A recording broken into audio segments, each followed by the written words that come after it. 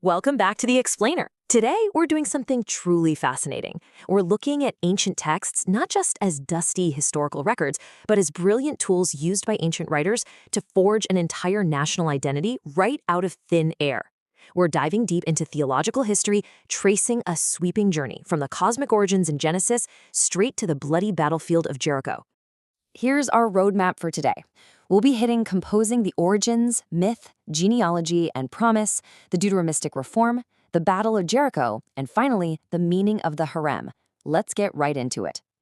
Section 1. Composing the origins, the mystery of the scribes.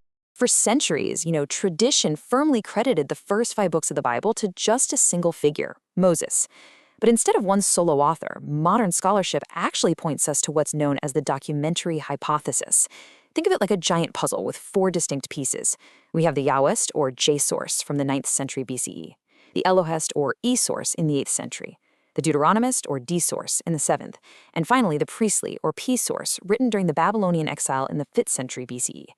These distinct voices evolved completely independently over hundreds of years before being meticulously woven together. And you can actually see this at work right at the very beginning of the book, which proves multiple authors were involved. It's honestly kind of jarring when you look closely.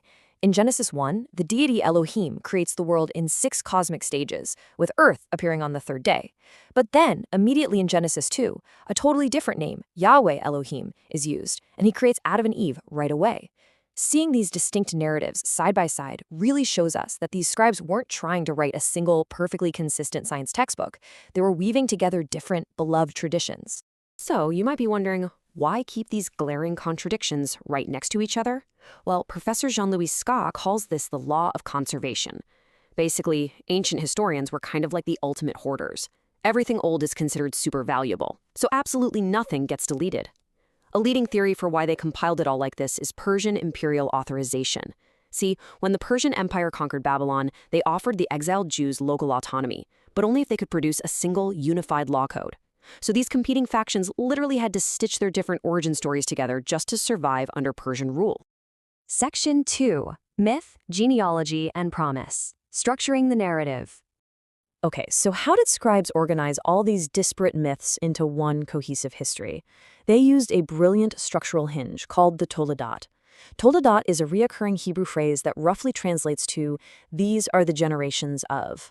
It acts almost like a series of chapter headings. It perfectly divides the massive primeval history of the whole world, like Adam and Noah, and gracefully funnels it all the way down into the highly specific patriarchal history of Israel's ancestors, Abraham, Isaac, and Jacob. Now, this structure isn't just a giant family tree, it's a vehicle for a massive theological theme. The real narrative engine here is a divine 3-part promise from God: offspring, blessings, and land. And what makes it such a compelling story? The constant dramatic complications. This promise is repeatedly threatened by famine, conflict, and barrenness. Yet the narrative insists time and time again that God's promise ultimately prevails.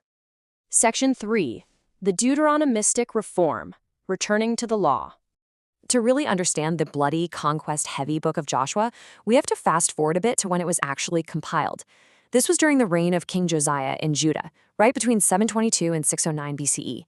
Josiah was ruling over a severely fractured nation. Believing that all their recent disasters happened simply because the people forgot God's laws, he instituted a massive reform. It was a unified effort to strictly observe Mosaic law and purge any foreign cults. So the ancient story of Joshua's conquest of Canaan was edited to serve as a direct, glorious precursor to inspire Josiah's very modern political ambitions. Which brings us to a fascinating and, frankly, pretty challenging question. How exactly do these grand theological themes apply to the Bible's absolute most violent stories? Section 4. The Battle of Jericho. A case study in theological warfare. Modern archaeological evidence actually strongly suggests this famous battle isn't literal history. In fact, during Joshua's supposed lifetime, Jericho likely didn't even have walls left to fall. But remember, we're talking about theological history here. God's instructions to Joshua are definitely not your standard military academy tactics. I mean, march around the city once daily for 6 days, march 7 times on the 7th day, blow ram's horns, and have the army shout in unison. The authors are heavily emphasizing that victory had absolutely nothing to do with military might. It depended entirely on precise, unwavering obedience to the Lord. But right within this story of absolute conquest, there is a really fascinating exception. Rahab the prostitute and her family are spared from the impending destruction. Why? Because she had previously hidden Israelite spies, expressing a deep belief in the power of the Israelite God. This brilliantly illustrates that even in the most severe narratives, mercy existed for anyone, even a complete outsider who recognized and respected the Lord's power. Section 5. The meaning of the harem, devoted to destruction. Now, we absolutely have to address the most shocking element of the Jericho story. After those walls fall, Joshua's army doesn't just conquer the city, they execute the total slaughter of its inhabitants. This is the ancient concept of the harem, a solemn ban or the systematic destruction of enemy populations and property as an act of absolute devotion. To modernize, this is horrific, no doubt about it. But the ancient writers used this violent framework to communicate a concept that was absolutely vital to their survival: absolute religious purity. So why command the harem? Well, Deuteronomy puts it pretty bluntly. Quote, "So they may not teach you to do all the abhorrent things that they do for their gods, and you thus sin against the Lord your God." In the worldview of these ancient authors, the harem was a severe preventative measure against spiritual contagion. It was a brutal literary device used to ensure later readers, particularly the ones living during King Josiah's time, would absolutely never adopt foreign religious practices. The text drives this whole lesson home through a super sharp contrast. First, you have absolute obedience. Joshua follows the harem perfectly at Jericho, resulting in this miraculous victory. But immediately after, you see disobedience. A man named Achan secretly steals some devoted silver and gold. The result? Total calamity and a devastating military defeat at the very next town, Ai. The true message to the readers was crystal clear.